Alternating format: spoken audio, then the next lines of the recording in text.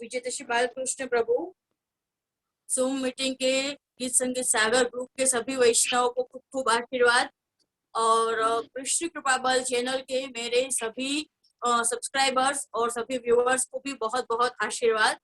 तो लास्ट अपन ने वेणु गीत का जो श्लोक है बरहा पीड़म, जो कृष्ण का साक्षात स्वरूप है, जिसमें स्वरूप के वर्णन है, पुष्टि प्रभु के स्वरूप का वर्णन, उसको हमने योग्य प्रोनाउंसिएशन के साथ कैसे बोलना है वो सीखा था और काफी वैष्णवों ने अच्छे प्रयास से अच्छा बोला था। और बाकी हमें उसका जो लाइव सत्संग करेंगे हम गीत संगीत सागर में, तब हम उसको वापस रिवीजन करेंगे और दूसरे जितने वैष्णव को सीखना है वो हम सिखाएंगे उसको। और उसके अलावा आपको सुन सुन के सीखने के लिए आपको ये जो वीडियो मैंने बनाया है लास्ट, उसको आपको देखना जरूरी है। ठीक है, तो आज जो है हम बरहा पीड़म नटवर वपु, ये जो श्लोक है इसका भावार्थ हम का विश्लेषण करेंगे, क्योंकि जो भी पाठ है उसको योग्य प्रोनाउंसिएशन के साथ करना तो आवश्यक है ही, पर उसका भावार्थ भी हमें पता होगा तो हम लोग और ज्यादा उसका हमारे ऊपर और ज्यादा इफेक्ट करेगा, हम और ज्यादा अच्छे से पाठ को हृदयारूढ़ कर पाएंगे वैष्णव। और स्पेशली सुस्मित भाई जो है, जो बहुत ही जिज्ञासु और भाव वाले वैष्णव है, इंक्लूडिंग जूम मीटिंग, और उनका खास करके आग्रह था कि वो जी आप हमको भावार्थ भी सिखाएं। तो ठीक है, आज अपन बरहा पीड़म का भावार्थ और भी देखिए, मैं कहती हूँ जिनको भी और भी कुछ भी जानना सीखना हो, यूट्यूब वीडियो में भी आप लोग कमेंट्स करके बताएं आपको नेक्स्ट वीडियो में क्या सीखना है, क्या जानना है। जूम मीटिंग में भी आप लोग सामने से इस तरह से जिज्ञासा दिखाएंगे जितना, तो मुझे आनंद आता है।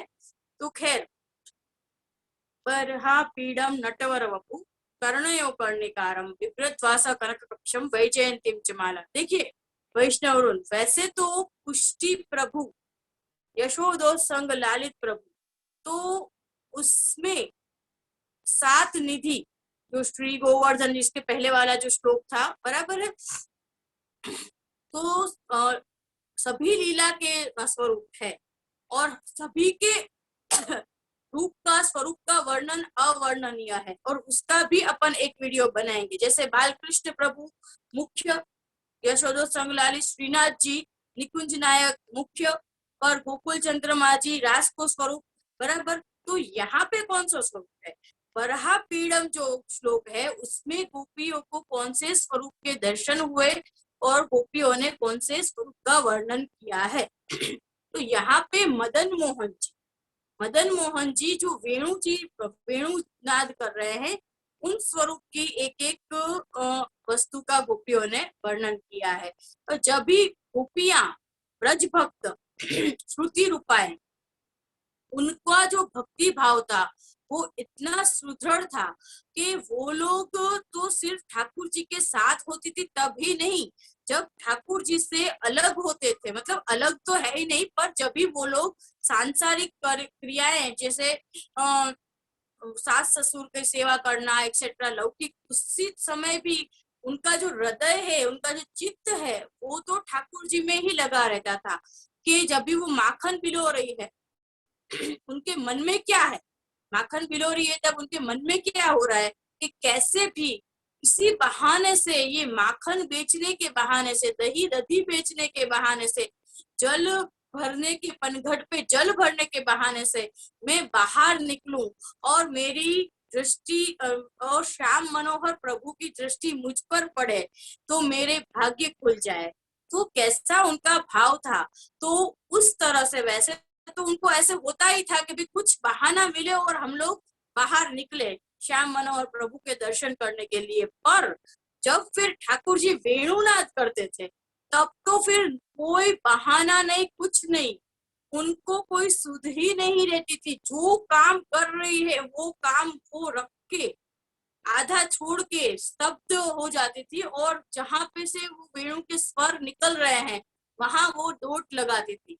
और सिर्फ गोपियां ही नहीं, जो अपन ने लाइव सत्संग में किया था ना, श्री कृष्ण शरण मम, लता पता बोले गायो बोले ब्रज की, हर ब्रज की एक एक कण जब ठाकुर जी वेणुनाद करते थे तब तो शुक मयूर हंसादि भी, मतलब कि जो मोर, पोपट, शुक, फिर हर चीज, गायें, फिर ऊपर से देवताएं, बराबर है, और जल प्रवाह, नदी, यमुना जी, वृक्ष, लता पता, विराज जी, हर एक कण कण व्रज का वेणुनाद सुनने के लिए पूरी प्रकृति वहां पे आ जाती थी।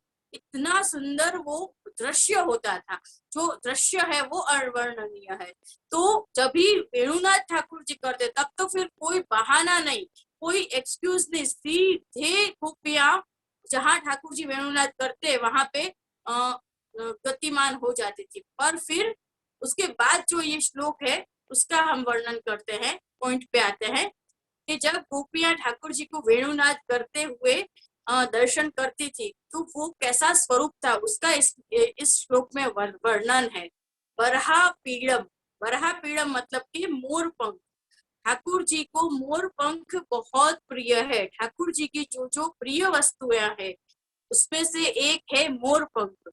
तो ये श्लोक का वैसे अगर आप कहीं पे देखोगे तो बहुत शॉर्टली होगा, पर मेरे तो पूरा में बहुत मतलब अवर्णनीय है। तो मोरपंख, मोरपंख ठाकुर जी को क्यों प्रिय है उसका भी एक प्रसंग है कि मोरपंख जो ठाकुर जी जब भी स्वामी जी जो है जब भी एक बार मान कर लिए, मान मतलब के रूठ जाना, और स्वामी जी ठाकुर जी से रूठ गए, मान कर लिया, तो तभी तभी ठाकुर जी क्या किया, ठाकुर जी ने स्वामी जी को मनाने के लिए क्या किया, कैसे देखो तो सही, ऐसा अपन को तो सोचे भी ना कि कैसे मनावे ठाकुर जी को, या जो भी आपका कोई भी रूठ गया हो। तो ठाकुर जी ने स्वामी जी को मनाने के लिए क्या किया, ठाकुर जी ने स्वामी जी को मनाने के लिए ठाकुर जी मोर बने, मोर बन के कला कर रहे हैं, क्यों न बने हम मोर वृंदावन। तो ठाकुर जी मोर बन के कला कर रहे हैं तो स्वामी जी तो ठाकुर जी को पहचान ही जाएंगे।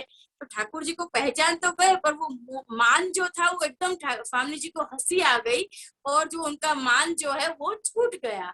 तब से स्वामी जी खुद से प्यार से ठाकुर जी को मोरपंख गिफ्ट किया, और मोरपंख जो स्वामी जी ने गिफ्ट किया इसलिए ठाकुर जी को बहुत पसंद है मोरपंख। और जैसे मैंने आप लोगों को बताया कि हर चीज के 3 कैटेगरी होते हैं, आदि दैविक, आध्यात्मिक, आदि भौतिक। तो आदि दैविक रूप से मोर ठाकुर जी को क्यों पसंद है, क्योंकि उनकी प्रथम प्रिया स्वामी जी ने उनको मोरपंख गिफ्ट किया। कोई आपका प्यार करने वाला, आपका जो सबसे अजीज हो वो आपको कुछ गिफ्ट करे तो आप लोग कितना संभाल के रखते हो, बराबर है ना। तो इस तरह से स्वामी जी ने मोरपंख गिफ्ट किया तो ठाकुर जी फिर रोज मस्तक पे धारण करते हैं। ये आदि दैविक रीजन हुआ। सेकंड, आध्यात्मिक रीजन मोरपंख ठाकुर जी को क्यों पसंद है, क्योंकि मोरपंख में कितने रंग है, सभी रंग है सतरंगी। और मोरपंख जो है वो नव ग्रह, नव नव नव ग्रह मोरपंख के अंदर आ जाते हैं। मोरपंख का इतना प्रताप है। मोरपंख इसीलिए वास्तु शास्त्र के हिसाब से घर में रखने को भी कहा जाता है, बराबर है। तो ये आदि आध्यात्मिक उसका रीजन हुआ। और आदि भौतिक जो हम अपनी सांसारिक दृष्टि से देख सकते हैं कि भी मोर का मयूर पंख, बराबर है। तो मोर पंख ठाकुर जी को पसंद है। तो बरहा पीड़म नटवर वपु, बरहा पीड़ा मतलब कि जिन्होंने मोर पंख धारण कर रखा है। अब मोर पंख भी ठाकुर जी ने ऐसे बीच में और ऐसे धारण नहीं किया है, ऐसे धारण किया है। मोर पंख तो ऐसे धारण किया है, ऐसे ही रखा है। मुखाकृति भी, बंसी तो ऐसे क्रॉस, चरणारविंद तो क्रॉस। तो ठाकुर जी बाके बिहारी है, अपने अपने पुष्टि मार्ग में श्रृंगार क्रॉस में होते हैं सभी श्रृंगार, बराबर है। तो बरहा पीड़म नटवर वपु, नटवर मतलब के नृत्य की भूमि, भृंगी मतलब जो पोज है ठाकुर जी का, जो पोज है वो जैसे नृत्य कर रहे हैं वैसे पोज में बंसी बजा रहे हैं, बराबर है। बरहा पीड़म नटवर वपु कर्णयो कर्णिकारम, जो कर्ण है ठाकुर जी के, जो कर्ण है कान, उसमें कर्णियो कर्णिकारम मतलब कि एक कोई one type of yellow colour का सुंदर सा फूल आता है, वो ठाकुर जी ने, और वो भी एक ही कान में धारण कर रखा है ठाकुर जी ने। तो कितने सुंदर लग रहे हैं। बाके बिहारी, मयूर पंख धारण किया है, कर्णयो कर्णिकारम बिभ्रत, बरहा पीड़म नटवर कर्णयो कर्णिकारम बिभ्रत श्वास कनक कपिशम वैजयंतीम च माला। तो जो गले में ठाकुर जी ने वैजयंती माला धारण करी। अब वैजयंती माला तो उसका भी बहुत गूढ़ भाव है। जो वैजयंती माला होती है वो पूरे व्रजभक्त का स्वरूप है। वो तो मैं माला जी के वीडियोस बनाए हैं, उसमें आप लोगों को समझाया ही है कि जो फूल है वो व्रजभक्त के स्वरूप होते हैं। और बीच का जो थाक होता है वो 4 यूथ जो मैंने आप लोगों को लिखाया था, स्वामी जी, स्वामी जी, चंद्रावली जी और ललिता जी, या फिर राधा सहचरी कुमारिका जी और यमुना जी, सात्विक राजस तामस निर्गुण, तो वो बीच का था। तो फिर वैजयंती माला तो बरहा पीडम नटवर वपु कर्णयो कर्णिकारम बिभ्रत वासः कनक कपिशम वैजयंतीम च माला रंध्रान वेणु रद्र सुधया। सुधा मतलब के अमृत, रंध्रान वेणु मतलब रंध्रान मतलब के जो वेणु जी है बंसी, उसकी भी 3 है कैटेगरी। अब वो हर चीज की 3 कैटेगरी, इसके लंबा वीडियो हो जाएगा। उसके भी आदि दैविक आध्यात्मिक आदि भौतिक वेणु जी का भी स्वरूप रहते हैं, वो फिर अपन बाद में किसी वीडियो में देखेंगे। तो रंध्रान वेणु मतलब जो वेणु के जो 7 छिद्र है, वो 7 छिद्रों का भी कितना महत्व है, बराबर, वो फिर अपन बाद में किसी वीडियो में। तो रंध्रान वेणु 7 छिद्र, वेणु के जो 7 छिद्र है, रंध्रान वेणु रधर अधर, अधर का अधर ठाकुर जी वेणु जी बजाते हैं। और देखिए ये भी एक प्रश्न मुझे किसी वैष्णव ने पूछा था, बराबर है कि देखो महाप्रभु जी जो है, ये थोड़ा विषय से थोड़ा सा चेंज हो रहा है, तो महाप्रभु जी साक्षात पूर्ण पुरुषोत्तम पूर्ण अवतार है। और सर्वोत्तम स्तोत्र जो है, बराबर है, उसके अंदर जो एक श्लोक है वो उसमें कि भाई सच में हमें जो अधूरामृत की प्राप्ति, उसका भी एक क्वेश्चन था, उसका भी मैं कभी दूसरे वीडियो में आपको आंसर दूंगी कि वो कैसे। तो वो इस तरह से जब अपन सर्वोत्तम सूत्र का पाठ करते हैं पूरी डेडिकेशन से, बराबर है, उसके तरीके से, तो वो क्या हमें प्राप्त होता है, वो जो श्लोक है कि अधरामृत कैसे प्राप्त होता है कि अधर, अधर का जो रस है वो वेणु, वेणु में जा रहा है, वेणु के 7 छिद्रों में से पसार होके ध्वनि, ध्वनि द्वारा, श्रवण भक्ति द्वारा गोपियों के कान में पड़ रहा है, गोपियों के कान द्वारा गोपियों के हृदय में उतर रहा है। तो ये अधरामृत, अधर और सुधा मतलब के अमृत, रंध्राण वेणु अधर सुधया पूरयन गोप वृंदे, मतलब वो सुन के गोपी आप पूरी तरह से उनकी आत्मा तृप्त हो जाती है। जब ठाकुर जी के वेणु नाद के, वेणु के स्वर जब गोपियों के अधरामृत रूप अधर का, अधर की जो सुधा है उसको स्पर्श होके जो स्वर जाते हैं गोपियों के कान में और कान से हृदय में, उनसे गोपियां जो है वो वैसे तो तृप्त हो जाती है, पर जैसे होता है ना जो एक शुद्ध प्रेम है, शुद्ध प्रेम, वो चैन भी वही है, बेचैनी भी वही है। जब हृदय में उतरते हैं स्वर तो वो एकदम तृप्त तो हो जाते हैं, पर उतने ही बेचैन भी हो जाती है कि कब वापस जितना भी आनंद एक ऐसी वस्तु है तो तृप्त तो हो जाते हैं, पर फिर वापस इंतजार रहता है कि वापस कब कब कब वापस ठाकुर जी वेणुनाथ के स्वर छेड़ेंगे। और कब ये इतना ही नहीं, हमें तो ठाकुर जी के साथ रास भी करना है, बराबर है। तो ये गोपियों के हृदय की जो भावना है और उसके लिए पूरा शुद्ध भाव चाहिए। और इसी वजह से ठाकुर जी ने गोपियों की बहुत परीक्षा भी ली थी। परीक्षा में जब हम पास होते हैं तब शुद्ध भक्ति प्राप्त होती है हमें, ऐसे ही कुछ नहीं हो जाता है। जो कात्यायनी व्रत, जो चीर हरण, ये सब जो प्रसंग है वो सब अभी एक वीडियो में सब कुछ हम एक पे से दूसरे में चले जाए वो उचित नहीं है। अभी तो इसी श्लोक को कवर करना है। तो गोपियों को पूरयन गोप वृंदे, गोपियों की आत्मा तृप्त हो जाती है और वेणु के स्वर सुधा जो है वो उससे तृप्त होती है। दूसरा उनके जो नेत्र है, दर्शन दो घनश्याम नाथ मेरे, अखिया प्यासी है, पानी पी के प्यास बुझाऊं, नयनन को कैसे समझाऊं। तो जो नेत्र है उसकी प्यास किससे बुझती है? यही यही पुष्टि मार्ग की विशेषता है वैष्णव, कि जितनी इंद्रियां है, इंद्रिया का दमन नहीं करना है, इंद्रियों को हमें टर्न आउट करना है। आंखें तो सिर्फ कृष्ण के दर्शन के लिए, मुख से वाणी निकले तो सिर्फ कृष्ण के गुणगान के लिए, कानों से तो सिर्फ कृष्ण के गुणगान सुने, श्रवण भक्ति, बराबर है। स्मरण हृदय में तो सिर्फ कृष्ण का करे। तो जब वेणु पूरे गोकुल वृंदे कैसे पूर्ण हुए उनका भाव कि अधर सुधा वेणु के द्वारा उससे कानों के द्वारा हृदय में गई, और आंखों से जो ठाकुर जी के सुंदर वेणुनाद करते हुए दर्शन किए, उससे उनकी आंखों को तृप्ति मिली, आंखों के द्वारा हृदय को तृप्ति मिली, बराबर है। तो इस तरह से पूरे गोकुल वृंदे वृंदारण्यम स्वपद रमणम प्राविशद गीत कीर्ति। वृंदारण्यम मतलब वृंदावन की जो वृंदावन की जो रज रज रण, वृंदावन का जो रज रूपी रण है, उसमें वृंदारण्यम स्वपद रमणम, रमणम मतलब कि रमण करना, घूमना फिरना, टहलना, वॉक करना ठाकुर जी के साथ। जब पूरे गोप वृंदे गोप ग्वाल ठाकुर जी के, देखो जब भी ठाकुर जी वेणुनाद करते हैं तो ठाकुर जी के साथ तो गोप ग्वाल चलते हैं, गोपियां तो पीछे पीछे से उनका आनंद लेती है ना, गोपियां तो वेणुनाद सुन के पीछे आती है, पीछे से सुन के आनंद लेती है, साथ में गोप ग्वाल होते हैं, बराबर है ना।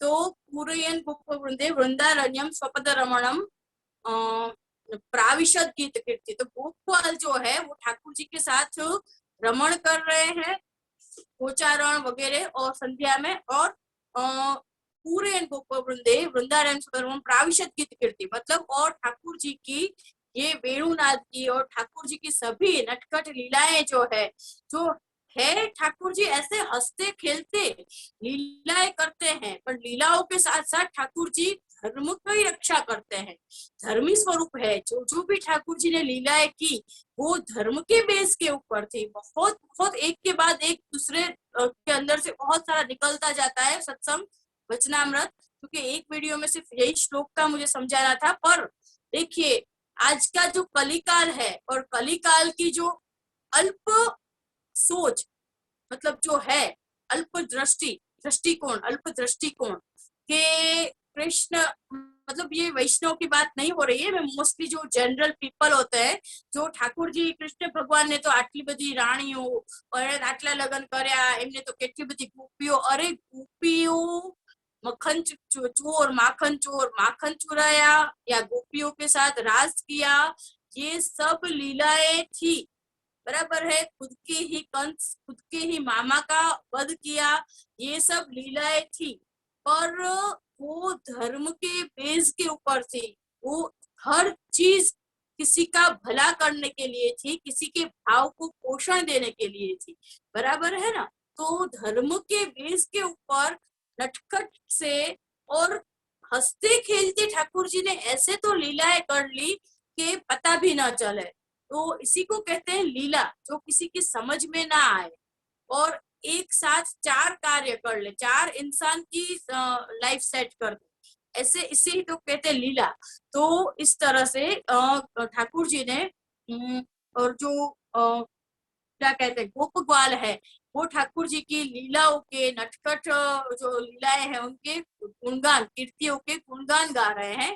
ठाकुर जी वेणु बजा रहे हैं, वेणु के स्वर निकल रहे हैं, वेणु के स्वर ठाकुर जी के अधर सुधा रस जो रुद्राण छेद में से प्रवाहित होके गोपियों के कान से, गोपियों के कान से गोपियों के हृदय में उतर रहे हैं, गोपियों का भाव परिपूर्ण हो रहा है, गोप ग्वाल साथ में रमण कर रहे हैं, गोप ग्वाल ठाकुर जी की कीर्ति के गुणगान गा रहे हैं, ठाकुर जी ने बहुत सुंदर श्रृंगार धरे हुए हैं, वैजयंती माला धारण की हुई है, ठाकुर जी ने जो है मोर पंख धारण किया हुआ है, ठाकुर जी ने कर्ण में येलो कलर का फूल धारण किया हुआ है। तो ये सब इसमें वर्णन है, और ये तो बहुत ही जितना ये उतना कम है, ये तो है ही है, पर उसके अलावा अपन जब अगर अपन ध्यान धरें तो कितने सुंदर लग रहे होंगे प्रभु ठाकुर जी। मोर पंख, ठाकुर जी के मुखारविंद का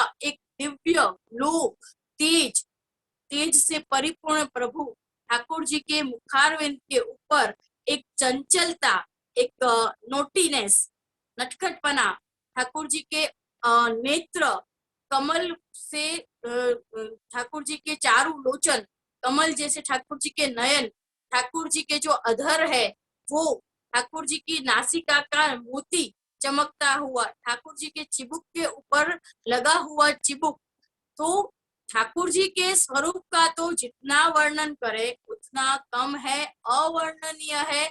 और इस वीडियो को तो मुझे खुद को कंपलसरी स्टॉप करना होगा, वरना तो मतलब वर्णन ही नहीं है ऐसा ये प्रभु का, पुष्टि प्रभु का स्वरूप है। तो ये जो स्वरूप था वो मदन मोहन जी स्वरूप का वर्णन है। वैसे ही बालकृष्ण प्रभु का कौन सी लीला के प्रभु है, और साथों साथ स्वरूप का भी अपन ऐसा होगा तो जूम मीटिंग में रखेंगे, बराबर है वर्णन। और बहुत ही सुंदर श्लोक है। और अब तो आप लोगों को इसका जो भावार्थ है वो भी सबको पता चला है, जिसको हृदयारूढ़ हुआ और तो बहुत वो सौभाग्यशाली है। और आप लोग सभी इसको बहुत ही भाव से नृत्य करिए ये पाठ। और इससे क्या होता है, इस पाठ से हम लोगों को हमारी ब्रज भक्तों के साथ कोई कैटेगरी नहीं है, पर फिर भी ये सब पाठ करने से हम शायद 5%, 1%, 2%, 5% तो ब्रज भक्तों जैसा हमारे अंदर भाव प्रकट होगा, तो हमें शायद कुछ ऐसा हमको भी अनुभव होगा, जो वो अनुभव जो है वो भी वो अनुभव ही है, वो अवर्णनीय है, बराबर है। तो ठीक है वैष्णव, बहुत सुंदर ये श्लोक है और आशा करती हूँ आप लोगों को ये हृदयारूढ़ हुआ है और आप इसको नित्य पाठ में किया कीजिए वैष्णव। तो खूब खूब आशीर्वाद वैष्णव। विजय श्री बालकृष्ण प्रभु। अभी रिकॉर्डिंग स्टॉप।